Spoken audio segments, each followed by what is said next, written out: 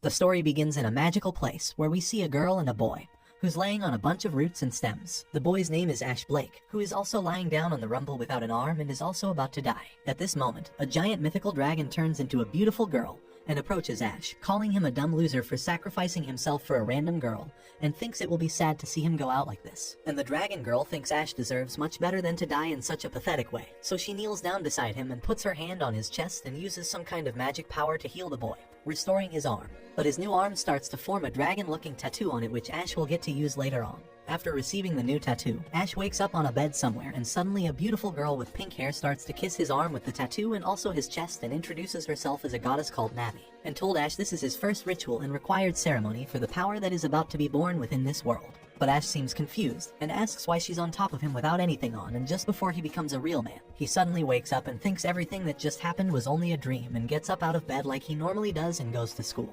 After, Ash heads to school, and he is currently studying at the Unsullivan Dragonar Academy, which happens to be the most famous dragon school which teaches its students how to tame dragons. Here, we see a girl named Jessica. She tells her friends that the festival is getting closer each day, and will be here very soon.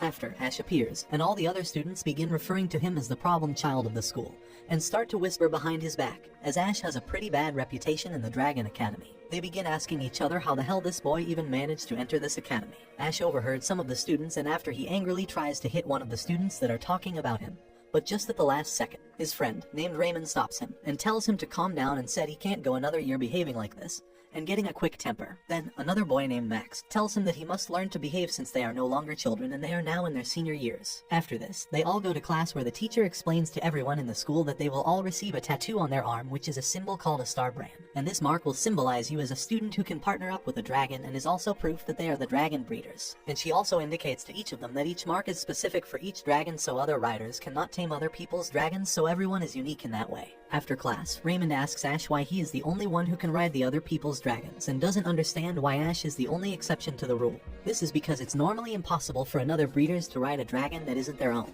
However, Ash replies to him, saying he has no idea why he's like this, and wants to understand himself and to learn why he has this power. At that moment, a blonde girl named Sylvia arrives, who is apparently a princess, and starts ordering others to get out of her way, as if she owned the whole place. Seeing this, Raymond comments that despite having better grades, the other students do not approach her because of her disgusting attitude towards others. After that, Ray asks Ash if he intends to participate in the festival race, but this only reminds Ash that he doesn't even have a dragon for himself like the others. While they talk, the third-year president of the school named Rebecca appears. She is admired by all since she is extremely beautiful, and Ray loves everything about her. Later, on the training ground, Raymond lends his dragon to Ash as he doesn't own one for himself, and uses it to participate in a fight test in his class. When the test begins, Princess Sylvia proves to be one of the best in the class, controlling her dragon to beat the others with ease. On the other hand, Ash faces a student who proves to be a worthy challenge. However, when trying to dodge an attack, he accidentally hits Sylvia's dragon instead, causing the teacher to stop the entire class. Before dismissing them, he mentions that Ash should be more careful when riding a dragon that doesn't belong to him. Right after, Sylvia approaches Ash and slaps him, and annoys him about not owning a dragon of his own, and she tells him that his dragon paw is probably already dead, which is why he hasn't found it yet. After hearing this, Ash gets angry and tries to come at her, but Raymond stops him again. However, he tells Sylvia to apologize to Ash since she cannot talk like that about his dragon. To which she replies that, if he beats her in the festival race, she will apologize to him, and Ash ends up accepting the deal. At night, Ash has another dream, and Navi visits him in the dream again, and she doesn't have a thing on. And Ash explains how it's unfair to be all over him when he cannot use his arms. But she said it's fun for her to use him like this, and that she must examine his body as he's the person who holds all the power inside him. And once again, Navi told him that something is about to be born within this world, and she has to witness it as she's his Navi, and told him this is the last night they will spend together before he will be awoken. The next day, Ash gets up and covers his Dragonar tattoo with a long bandage so that nobody else can see it. Then they all arrived at the race, and when the race is about to start, Rebecca, the student council president, gives a speech where she tells the participants that whoever wins this race will win a date with her.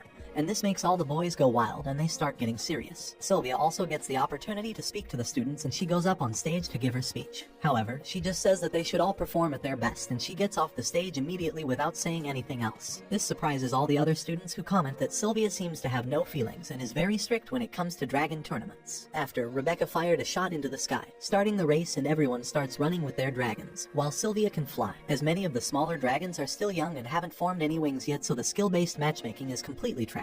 But while they run, the others start cheering them on. Even though Ash and Sylvia are enemies in the race, Ash realizes that Sylvia cannot move forward in the race because all the other girls are blocking her path as they are jealous of the princess. So Ash sees this and tells her he will yeet them out the way if she sends him some feet pics, and she agrees. So Ash uses Raymond's dragon and his strength to push them all out the way, causing everyone to fall down. After that, Sylvia advances on flying away and mentions to Ash that even though he did this, she still won't send him anything, and calls him a dirty scrub. Then the race continues on for a while, until Ash stops so that Raymond's dragon can rest for a bit. At that moment, Ash begins to hear something in the forest, and Ash decides to find out what it is. Advancing further, he sees a large airship in the forest, and in addition, a man steps out and appears to Ash and points a weapon at him. After this, the man approaches him and apparently a girl was hiding behind the mysterious man, and he is suddenly attacked by a hooded girl named Anya, who starts chasing him and hunting him down. He tries his best to run away, claiming that he hasn't even done anything wrong. However, she answers that the people of the Dragon Kingdom are all enemies to her, and while chasing him, they get closer to the edge of a cliff, and she charges at him again.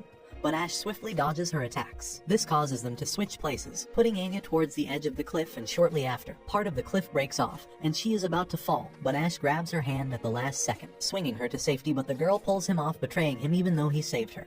And while he takes the fall, he asks himself why he's so kind to others and if this is how he truly is about to die. This is when Ash looks at his tattoo, which begins to light up in a light blue flame, causing him to see what his own dragon par looks like for the first time.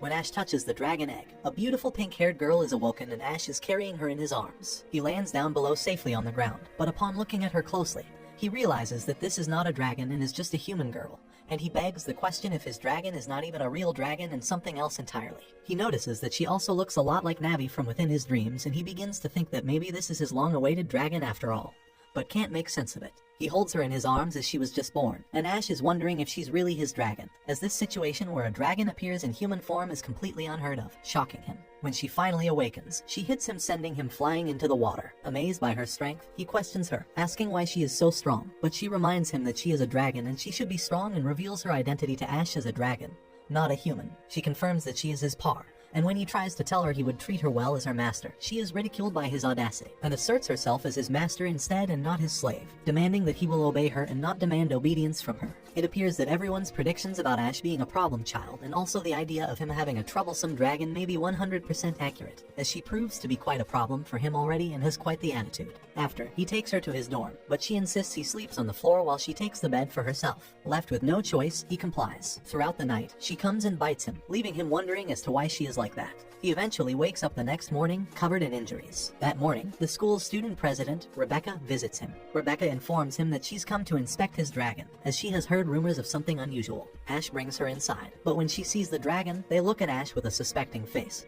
but he convinces them that he did nothing. When they ask why she's without cloths, the dragon questions why she should wear cloths when she's just a dragon and not human. Rebecca provides clothing and suggests that Ash take her shopping for all the necessities, assuring him that the Academy will cover the expenses. She also mentions that the Academy's renowned dragon doctor, Angela Cornwell, will visit to examine the dragon's origin. He shops with her, and the dragon consistently craves crepes instead of meat. He gives her the crepes she wants regardless, but she has a reaction and collapses. Fortunately, Sylvia passes by with her maid, Cosette, and explains that crepes contain anthar, synonymous with alcohol for dragons, and should not be given to them. They administer an antidote, and Ash expresses his gratitude for her kindness. Sylvia also apologizes for her previous remarks about Ash's dragon during their altercation, and he accepts her apology. After the shopping, Ash names his dragon Eco, which he had dreamt of giving her even before she was formed. As soon as he does, their star brands connect, creating an astral flow that connects their energy with each other to maintain their connection. Eco requests a visit to the restroom. A few minutes later, Ash notices that Eco hasn't returned. Concerned, he enters the ladies' restroom and encounters Sylvia, who scolds him for entering the female restroom. But he explains to her that Eco is missing, and she offers to help find Eco. She teaches Ash on how to connect his star brand with that of his par, and they connect their star brands. A bird comes out and traces him to where she is. It turns out that Eco has been abducted by a doctor who wants to dissect her to ascertain her true nature as a dragon. The doctor attempts to connect Eco to the Dragwarth, but when Eco struggles, she brings out a knife for dissection. Fortunately, Sylvia and Ash arrive in the nick of time. Sylvia identifies the doctor as Angela Cornwell, the city's scientist, who was actually called to investigate Eco's peculiar situation. However, she knew the school would never permit a dragon dissection, so Angela decided to proceed illegally. In their attempt to rescue Eco, Angela attacks them, causing them to lose consciousness. As Ash is about to sleep off, Eco screams his name, claiming to be disappointed in him if he falls asleep. their astral flow reconnects, granting him magical powers, and he confronts Angela and saves Iko. Iko hugs him, but when he touches her, she slaps him. The following day at school, Ash is shocked to discover that Angela is their new homeroom teacher. Sylvia feels intense jealousy towards Ash, wondering how he can ride any dragon while she can only ride her loyal pal,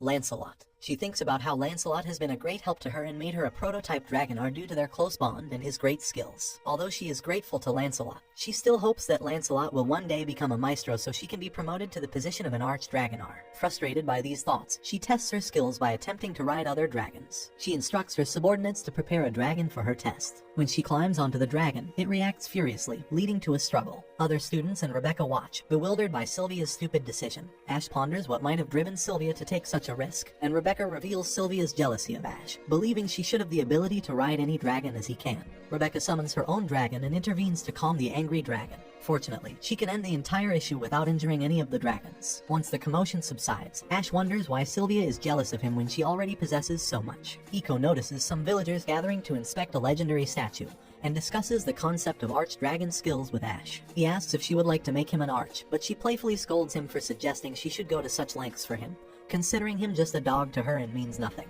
Anya visits the kingdom and is surprised to see Ash alive, as she assumes he would be dead after she pushes him off the cliff. She keeps this news from Milgauss, uncertain of how to tell him. When Milgauss inquires about the city's condition, she reports that Lautrimount Kingdom remains calm and quiet, as other kingdoms know they alone can wield dragons. Milgauss plans to attack the city and releases a previously dead dragon he had revived. These revived deadly dragons are called Necromantia. He sends the Necromantia, a rotten dragon, to assault the city. As students attempt to combat the dragon, they realize it's a decaying, regenerating creature. Sylvia is startled, sitting helplessly on the floor, while Iko tries to fight the dragon but gets entrapped. Rebecca is the last one standing, launching numerous attacks on the dragon, but none of her attacks have a lasting effect. Recognizing the gravity of the situation, Rebecca implores Ash to ensure Sylvia's safety as the princess. He pleads with Sylvia to stand up and reminds her of her responsibilities as their princess. Since she refuses to shake off the shock, he slaps her, shaking her to snap her out of her shock. The Necromantia swallows Iko, and Ash begs Sylvia to summon her pal so they can fight the dragon and rescue Iko. Sylvia calls upon Lancelot, and they engage the dragon. Inside the dragon's throat, Iko encounters Navi, who reveals her prior interactions with Ash and tells Iko that she has Ash's body shape in mind and emphasizes the dire situation. Navi shows Iko Ash's ongoing struggle to save her. Realizing they need to save Ash and themselves, Navi offers to create an arch for Ash, provided Iko gathers the necessary shields. Iko reaffirms that she doesn't have the ability to create an arch, so Navi advises her to create a fake one to train herself for her first original arch. She successfully creates an arch for Ash, who wears the Silver Knight arch attire and takes to the sky, defeating the dragon. Milgauss realizes his plan has failed and suggests they leave. He mentions that they haven't entirely failed because they have both the boy and the girl, leaving Anya perplexed. Following this incident, Rebecca acknowledges that their security is not as solid as she thought. She invites Sylvia and Ash to join the student council to strengthen the country's defenses. Both agree, and Rebecca initiates their induction ceremony. Iko, witnessing Ash's dealing with Rebecca, and feels the reaction doesn't respect her stand as Ash's pal, so she vents her frustration by giving Ash a firm slap for seemingly neglecting her. Sylvia recollects about a moment from her childhood when, at the age of 7, the mother dragon was bestowing baby dragons to children, but she was left without one. Determined to find her own dragon, she embarked on a risky journey into the forest, where she got injured and exhausted. Weakened and on the verge of giving up, she sleeps on the floor by the bush in tears. She encountered a boy who advised her to quit, but her determination made her insist that she would keep going until she found the mother dragon and got her dragon. He offered to help her find the mother dragon. He decided to take her around the bush and carried her on his back. She thinks about the boy, concerned about his well-being at this time. But unknowingly to her, the boy is Ash. Ash, on the other hand, notices a teddy bear in his room, the same one Sylvia held that day. He knows he remembers the teddy, but he can't quite recall where he's seen it before. As the students return to their routines, Rebecca announces the new members of the student council, and they give their speeches. Iko becomes angry when students laugh at her during her speech, but Ash reassures her that they mean no harm, and they are only trying to relate with her as they aren't used to seeing human dragons. Ash discovers that a new fan club has been created in his name, the Silver Knight Fan Club, dedicated to the Silver Knight who defeated the Necromantia dragon. The club's leader, Jessica, visits the senior class to inquire if anyone knows the Silver Knight's identity. Ash and the others who are aware of his secret maintain their silence. Jessica explains that she's looking for the Silver Knight because she believes she's meant to marry him, a statement that leaves the other students shocked. Rebecca later reveals that she is Jessica's sister and explains that Jessica has always sought a path to nobility. She thinks that marrying the Silver Knight will help her attain noble status as fast as possible. In their kingdom, an Archdragonar gets a noble status, and surely the Sylvia Knight will become an Archdragonar, so if she marries him, she will become a noble. She advises Ash to keep his identity as the Silver Knight hidden if he wants to avoid Jessica's advances. In another part of the city, Anya assumes a disguise as a little girl to gather information about the boy who defeated the dragon, a task she's not particularly pleased about but has no choice but to do it for her master. Rebecca also announces that the first princess, Veronica, who's earned the nickname Iron Blood Valkyrie, due to her hot blood, will be visiting the school following the recent incident. Veronica is Sylvia's older sister, but the mere thought of seeing her terrifies Sylvia. She has had unpleasant experiences with Veronica, who had trained her rigorously to become a skilled knight. One memory stands out when Veronica threw a dragon at her and handed her a sword, expecting her to fight her way out. Although Veronica claims it's for Sylvia's benefit, these memories have left Sylvia fearing her sister. When the day of Veronica's visit arrives, Sylvia initially withdraws into her shell and refuses to leave her room, making everyone assume she won't attend. However, she remembers the little boy who had helped her on her journey to find the mother dragon, a boy who almost sacrificed his life for her. She recalls the promise she made to that boy to become a great knight. Determined not to back down, she overcomes her fears and joins the event just as Veronica arrives. Veronica arrives and asks about her sister. When Sylvia timidly comes out, Veronica confronts her in conversation. When she feels Sylvia isn't responding as she should, she draws her weapon against Sylvia and attempts to strike her, asking if she thinks she can deceive her. Sylvia jumps back in alarm, but Veronica sees through the disguise. Colette removes her wig, revealing herself as the imposter, but Veronica knows Sylvia couldn't deceive her. She calls for her sister, and Sylvia trembles as she approaches. Veronica scolds Sylvia, calling her a coward and claiming she lacks knight qualities. She suggests that Sylvia should consider a different path, such as motherhood, as she believes Sylvia has no fighting ability. She would only be a disgrace to the entire noble family with her horrible skills. This humiliation brings Sylvia to tears. Ash intervenes, confronting Veronica about her treatment of her younger sister and asking her if it is noble for a noble family member to insult her sister in front of the public. However, before he can reach Veronica, her knight, Glenn, attacks him. Veronica recognizes Ash as the Silver Knight who saved the city and orders Glenn to restrain him. It's revealed that Anya is actually a former member of the Tantalos family named Shamara. She is now bound to serve her current master because he had saved her city from Veronica. She overhears that Veronica is in the city, and all members of the Tantalos family prepare to confront her. Knowing it would be suicidal for any of them to approach Veronica, let alone confront her, she rushes to stop them. Ash is placed in the care of a maid named Prim, who helps him get ready to join Veronica in the pool. They bathe with Rebecca and discuss the possibility that the necromantia could be the work of the Zephyros, since they are the only country known for their engineering and scientific capabilities. Although Veronica suspects it, she lacks evidence to confront them, so she gives up on the thought. She then tells Sylvia that she has brought a marriage proposal. With their brother, Julius, killed for slaying a dragon, there's now no heir to the throne, as the other members are females. Veronica advises Sylvia to marry and give birth to a son to ensure the continuation of their bloodline, since she deems Sylvia worthless as a knight. Talking about Julius brings back Sylvia's memories of her elder brother. Knowing this, Veronica tells her she will marry one of Julius's old friends, Glenn, her knight. This doesn't go well for Sylvia, but she knows she can't go against her sister. Ash comes to Sylvia's defense once more, insisting that she isn't as useless as they think she is and that she played a significant role in the recent war, and he couldn't have won without her. Veronica disputes his claims. She challenges Sylvia to prove herself in the competition the following day if she genuinely wants to convince her that she is doing great. During the competition, Sylvia faces the school's strongest dragon, Cuchulain, who is Rebecca's pal. Cuchulain injures Sylvia, and Ash rushes to her side. As she recovers, Glenn arrives with a message from Veronica. Sylvia is instructed not to escort Veronica to the city the next day. Instead, she must visit the St. Valerie Temple to pray to God for disgracing the royal family. Veronica implores Sylvia to engage in some soul-searching to find a way to help their family. Before Glenn leaves, Sylvia asks if he is interested in marrying her, but he states that he will do whatever Veronica asks of him. Ash intervenes, but Glenn warns him not to meddle in matters that don't concern him because the fact that he is a hero won't save him from the repercussions of interfering in issues he isn't called to. That evening, Rebecca and the other members of the student council devise a plan to escort Veronica the next day. She informs them about a woman named Avdacha who once attacked Veronica in the city and how she is a great threat to Veronica, and how they should be mindful of her. The following day, Sylvia visits the library as commanded. While Sylvia is praying, she overhears Jessica praying to marry and become impregnated by a knight. She confronts Jessica about her prayer, claiming it is a very unholy prayer to pray in front of God. And during their conversation, Avdacha arrives with her dragon and warriors, interrupting their discussion. Avdacha communicates her message to Veronica through her private airship, Sylvanus, showing them the bomb she brought to the temple and her intent to destroy the temple. She demands Veronica's head as retribution for the people she has held captive and threatens to kill at least one person when the temple bell rings. Veronica dismisses the threat, affirming she won't bow to a terrorist. Instead, she declares her intention to bomb the temple herself. This makes Ash more scared of her, wondering why she would decide to kill her sister and every other person in the temple because of her pride. At the temple, Jessica suggests to Sylvia that revealing her true identity as the princess would put her at risk, so Jessica offers to pose as the princess so Sylvia will be saved. Well, Jessica loves that nobility status, and she would do anything to get it even if it's just a hostage situation. Since Sylvia is a coward, she allows Jessica to pose as the princess. Jessica approaches Avdotcha and claims to be the princess. Avdotcha takes her hostage and threatens to kill her. Ash refuses to let Veronica bomb the temple, and Veronica suggests an alternative. She proposes that Ash negotiates with Avdotcha while Iko makes him an arch to defend himself. Then, she and the other knights will break through the temple from beneath and save them. As they begin the plan, Arch goes to the temple to convince Avdotcha.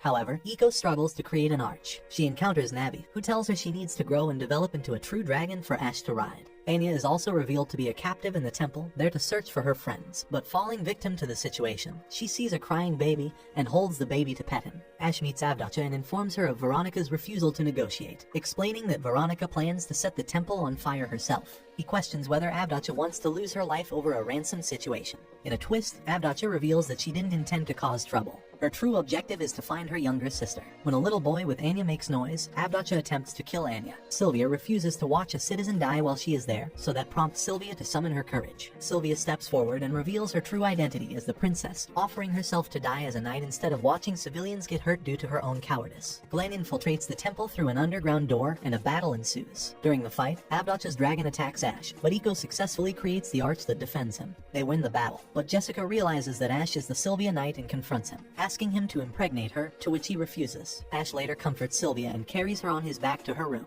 a gesture that feels familiar to Sylvia because that is the same way the boy who saved her in the forest carried her. That night, Jessica ambushes Ash in his room, but he chases her away. Due to her obsession, she is removed as the president of the Silver Knight Club. She joins Rebecca's club instead. Ash also encounters Avdotcha at their school. When she confronts Avdotcha, Rebecca reveals that Avdotcha was sent by Veronica to toughen Sylvia. Since her confrontation with Veronica 5 years ago, Avdotcha has been working for Veronica. When Ash inquires about Avdotcha's motivations, she discloses that she is searching for her sister, Shamara. Little does she know that her sister Shamara is now Anya. After their eventful adventure, Veronica returns to her city. As part of her plan to infiltrate the school, Anya secures a job at the school's eatery and starts working there as a waiter. Meanwhile, Iko experiences a very strange dream. In this dream, she encounters a dragon that bears a striking resemblance to the Necromantia. The dragon attempts to strangle her and declares, "It is time to end it," while also referring to her as the daughter of Avalon. This dream leaves Iko feeling extremely troubled. She's too weak to attend school that day, so she stays home. On his way to school, Ash meets his friend Raymond, who informs him about an upcoming camp that week. This camp is exclusively for selected students in the school, and the chosen students are to be announced that day. During the assembly, a student, Lucas Arlinen's name is called. When Lucas Arlinen's name is called, the other students react with grumbling and displeasure. Ash is curious about why Luca is so disliked, as he's never met her before. He asks about her from Raymond, who explains that Luca is a junior member of the student council. She's known for her incredible strength and talent, having even surpassed Rebecca's track record. However, the reason other students don't want her to attend the camp is that she hasn't been to school for nearly 3 months, leaving them disoriented about why she was chosen. After the initial announcements, Rebecca reveals that she has the authority to select another student for the camp, and she chooses Ash. This decision surprises Ash, and he questions her about the reasoning behind it, mainly because he doesn't have a traditional dragon to ride on like the other students. Rebecca commends his skills and what Iko has done to help them and believes he needs further training, which the camp would provide. Their conversation is cut short when a fire is discovered in a student's room, Luca's. Rebecca rushes to the scene and finds Luca sleeping in a coffin. She discloses that Luca is an Ecbladian with a dragon pal named Gawain. However, for the past 3 months, Luca has been unable to connect with Gawain. Despite Rebecca's inquiry, Luca explains that there have been no improvements. They all sympathize with her, but her situation appears to be beyond their help. Rebecca informs Ash that the issue is that Gawain's astral flow with Luca has been cut off, so there is no energy connection for them to flow with. Meanwhile, Iko continues tormented by the recurring dream, which is taking a toll on her. She eventually confides in Ash about the unsettling dream, and he tries to console her, assuring her that everything will be okay. On another occasion, Ash encounters Luca at the Dragon Home, where she attempts to connect with Gawain. Unfortunately, Gawain reacts aggressively and sends her away. Ash feels for her because he has also experienced the pain of not being able to have a pal himself. To help Luca reconnect with her dragon, Ash consults Rebecca. She suggests a potential solution, which is for Ash to ride Gawain to understand the issue and discover why Gawain refuses to connect with Luca. However, this approach would require Luca to make another attempt at connecting with Gawain. Luca agrees to try it, and she makes another heartfelt attempt to establish a connection with her dragon. But Gawain once again rejects her, causing her immense pain as she runs away. Witnessing Luca's struggles, Iko assists Ash in preparing his arch, and he prepares to confront Gawain and try to connect with the stubborn dragon. As Ash attempts to communicate with Gawain, the situation takes a turn. Gawain attacks Ash, shattering the arch and posing a significant threat to Ash's safety. Gawain attacks Ash, and the knight's armor shatters as Ash collapses. Gawain calms down after the attack, and other students rush to save Ash. However, when Ash recovers, he feels guilty that he couldn't help Luca and Gawain. Rebecca also informs him that it might be impossible for Luca to attend the training camp if she can't reconnect with her dragon pal, since she really needs her pal for the training to be successful. This makes Ash even more determined, and he requests permission from Rebecca to enter the women's hostel to persuade Luca to ride Gawain again. She agrees on the condition that Iko accompanies him. Iko, on the other hand, isn't comfortable with this situation because she doesn't understand why humans are that passionate for each other and want to help themselves. Reluctantly, she decides to follow him. Ash and Iko visit Luca, and Ash engages Luca in a heartfelt conversation. Ash convinces her of the necessity to reconnect with Gawain to attend the camp, and she eventually agrees. However, Iko becomes irritable during their discussion and angrily throws the table. The students begin preparations for the camp. Milgauss arrives at their school and meets Anya, who provides him with updates from her investigation. She tells him about the camp and says she will follow them as a member of the school's diner. He reveals that he knows their camp's location, the Willingham Mausoleum at Lake Alons, and grants Anya the authority to meet him there. After Anya leaves, Milgauss speaks to himself and talks about how he is shocked that the daughter of Avalon has reincarnated not only as a dragon but as a humanoid dragon. He talks about how he can't wait to see her in her dragon form. The students all move to the campsite, and their first program is a day of fun, where they wear swimming suits. As their fun day continues into the evening, Ash walks away from the group. In the woods, he stumbles upon Luca, who desperately tries to persuade Gawain to let her ride him. When Gawain rejects her again, she collapses in tears. Witnessing this, Ash gets angry at Gawain's stubbornness. Ash confronts Gawain, insisting that Gawain must communicate his true feelings. He wonders why Gawain is so heartless that he can't even see the pain Luca is going through, and he can't understand her. He determines that he must ride Gawain and get him to communicate his true feelings, even if it leads to Ash's own demise. He attempts to understand Gawain's perspective and climbs on Gawain, which leads to an aggressive response from the dragon. However, Ash doesn't have an arch, which leaves him vulnerable, and he runs to the other side of the woods, drawing Gawain after him. Anya observes this event, uncertain of Ash's intentions. Ash desperately tries to reach Gawain but is thrown off by the dragon. Injured and collapsing, Luca comes to Ash's aid. Anya recognizes Ash's dire condition. At first, she feels he deserves it for what he did to her master, but she also remembers that he saved her despite her earlier grudge, so she decides to help him. She instructs Luca to seek assistance. Upon awakening, Ash finds himself in the High Dragon workshop, where Navi explains that she brought him to better understand Gawain. Navi reveals that Gawain is a smaller dragon. Although he is strong and great, he is just weak at heart, and he is like every little dragon. Gawain apologizes for his aggressive actions against Ash, claiming he doesn't want any other person to ride him except Luca. He expresses that his withdrawn connection with Luca is due to his fear for Luca's safety. 3 months ago, during the dragon dance, Luca fell off Gawain's back, leading to her fear of riding him, which was reciprocated by Gawain. Navi warns that Gawain has about 5 days left to live because he has been starved of energy due to the disconnection of their astral flow,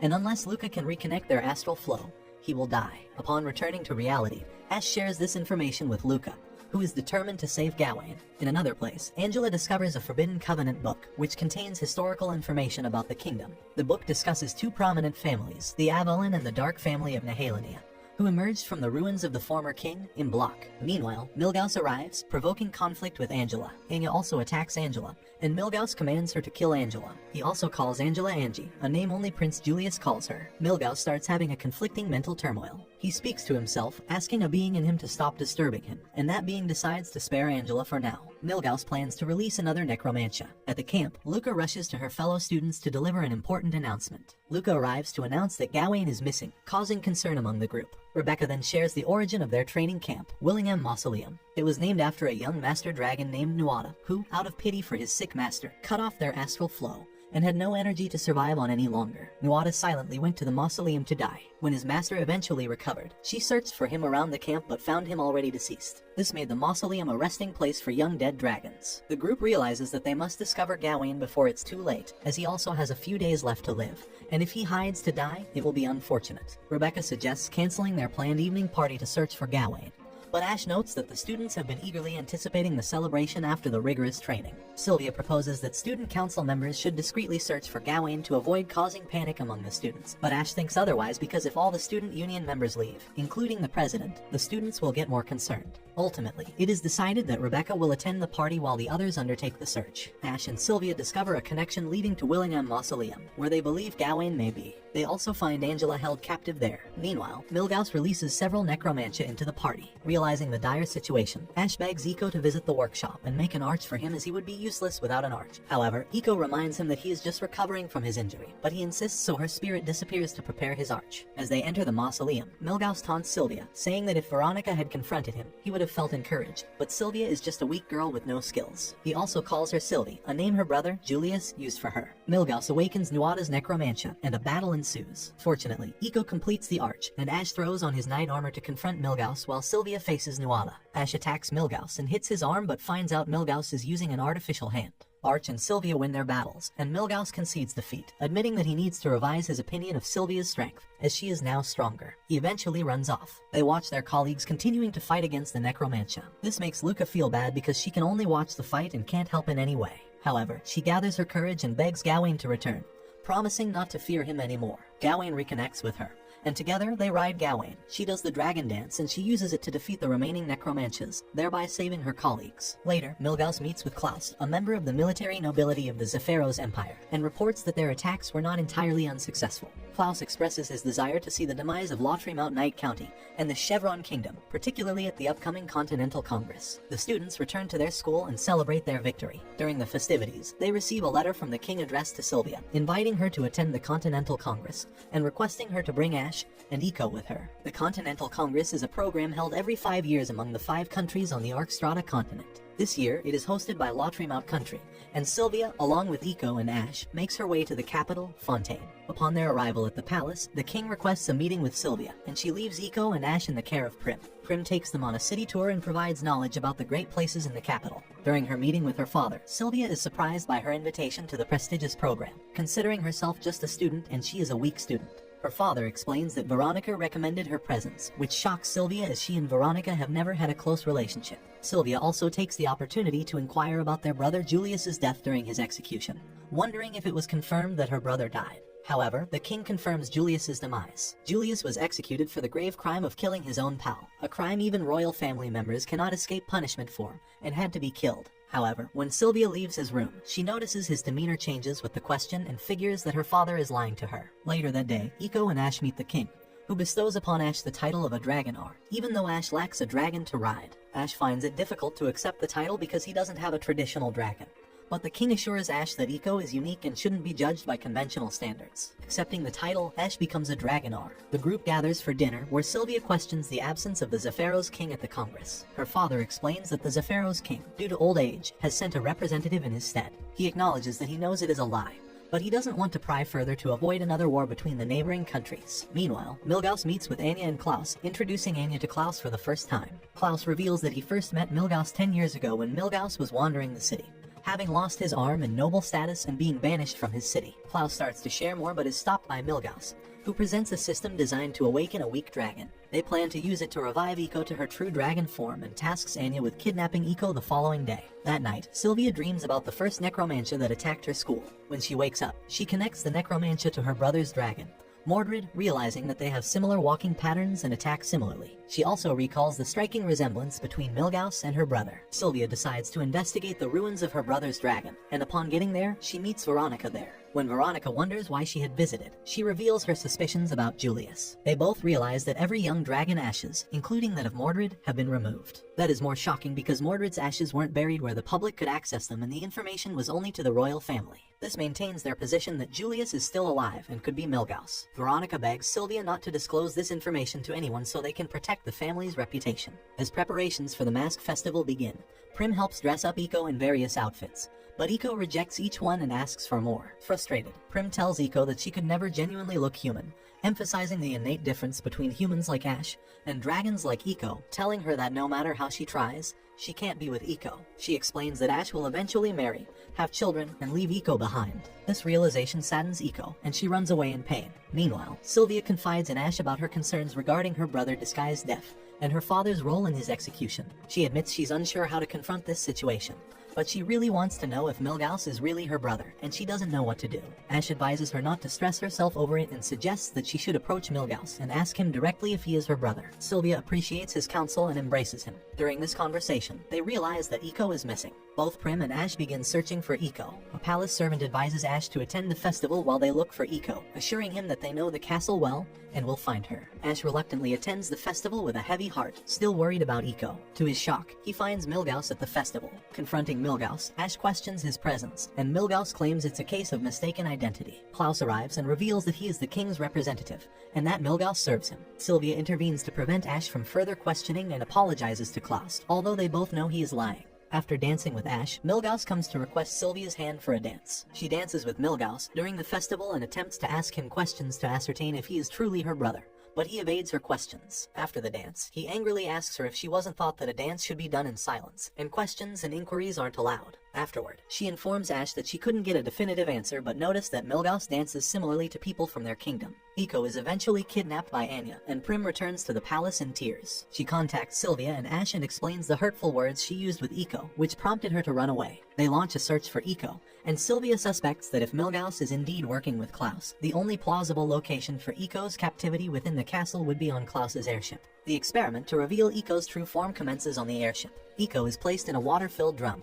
and it pumps energy into her to force her transformation. She screams for help, fearing for her life, and realizes how much she cares for Ash. When the scientists see that Iko isn't changing, they increase the energy output to the highest level. The system spirals out of control, causing Iko to transform into a grown woman who breaks free from the drum, spilling water everywhere. The energy system reaches its zenith, creating a powerful and startling figure visible to Ash in the castle. Everyone wonders if this is now the real Iko. As the figure initially appears like an egg, it soon begins to crack. Once the eggshell cracks, all the maestros, including Lancelot, start running toward her in bow and reverence. The maestros go out of control, and none of the knights can ride them. Even Sylvia couldn't ride her Lancelot. Iko continues to grow, breaking out of the airship and causing its destruction. Klaus is the first to complain about his airship's destruction, angrily yelling about the dragon's damage. While the king tries unsuccessfully to apologize, the king tells him the dragon isn't part of his dragons, and he has no idea of what is happening. But Klaus refuses to heed. Amidst the chaos, all other festival guests flee for their safety. Veronica arrives with Glenn and meets Milgauss. She speaks to him, expressing her curiosity about his true identity, and whether he is her long-lost brother, Julius. Milgauss removes his mask, confirming that he is indeed Julius. However, he reveals that he possesses Julius's physical body, but not his mind. Instead, he houses the spirit of Mordred, Julius's pal. He claims to be the true heir of the Dark Kingdom of Nihilania, a kingdom which, together with the Avalon family, are the descendants of the great king in Balk. The people of the kingdom are from the family, just as it has been detailed in the Book of Covenant. Iko is disclosed as the reincarnation of the Princess of Avalon, while Mordred, as the heir of Nihilania, aims to take control of the county as he believes it rightfully belongs to him. He has hatched this plan for a while, but when Julius finds out his dragon, Mordred, is an evil dragon, he also hatches the plan to throw Mordred's spirit out. Hence, Mordred used aerial flow to manipulate Julius and led him to commit an unforgivable crime that resulted in his banishment, then completely took control of Julius's body. Although Julius is still somewhere inside the body, Glenn is furious that Mordred took his friend. He attacks Mordred, but he is too weak to defeat a dark demon. Mordred has found a new host and a perfect one as such, which is the new dragon Iko, so he leaves Julius's body in hopes of completely taking over Iko's body. Julius, regaining control of his own mind, embarks on a mission to confront Mordred, and he borrows Veronica's spaceship to join Ash in the battle against Mordred and gain control of Iko's body back. Meanwhile, Mordred attempts to control Iko's body completely but fails, hence seeks Navi's authorization to control her. Navi resists Mordred's request, leading to a confrontation between them, but she struggles through the confrontation, standing her ground that she believes more in Iko and Ash than she believes in him. In the process, Navi communicates with Iko, who is confined within her own body due to Mordred's influence. Navi encourages Iko to create her first original arch to help Ash in his fight. Iko initially doubts her ability to make the arch since she no longer has complete control of herself, but Navi teaches her that an arch is formed through the emotions a pal has for her knight, and she can do it successfully. As Iko still has deep feelings for Ash, she successfully forges his arch. Ash's schoolmates and their respective pals also join him in flying toward Mordred. When Ash confronts Mordred, a battle ensues. During the battle, Iko adorns him with her first original arch, and he forges ahead to fight Mordred. As Ash is about to strike Mordred with his sword, Mordred tries to convince him that injuring Mordred will harm Iko's body as well. However, Ash, knowing Iko well, insists that she cannot be injured. He successfully stabs Mordred, causing him to disappear. Ash awakens later in his bed with his friends surrounding him. They inform him that they witnessed Mordred's spirit heading eastward, and the festival ended once the battle began. His friends return to school, leaving Ash to speak with Iko, who is injured from the encounter. Ash expresses his gratitude for her presence and willingness to be his knight. In response, Iko shares that she desires more than a knight and pal relationship. She wishes to be his lover. To solidify their bond, they seal their relationship with a kiss. In the end, Avdacha and the other knights raid Klaus's ship. On the ship, she finds Anya and realizes Anya is her lost sister, Shamara. Thanks for watching. If you enjoyed this and want to see more, please make sure to drop a like and subscribe to the channel with notifications turned on so you never miss a future video. And until next time guys, take care.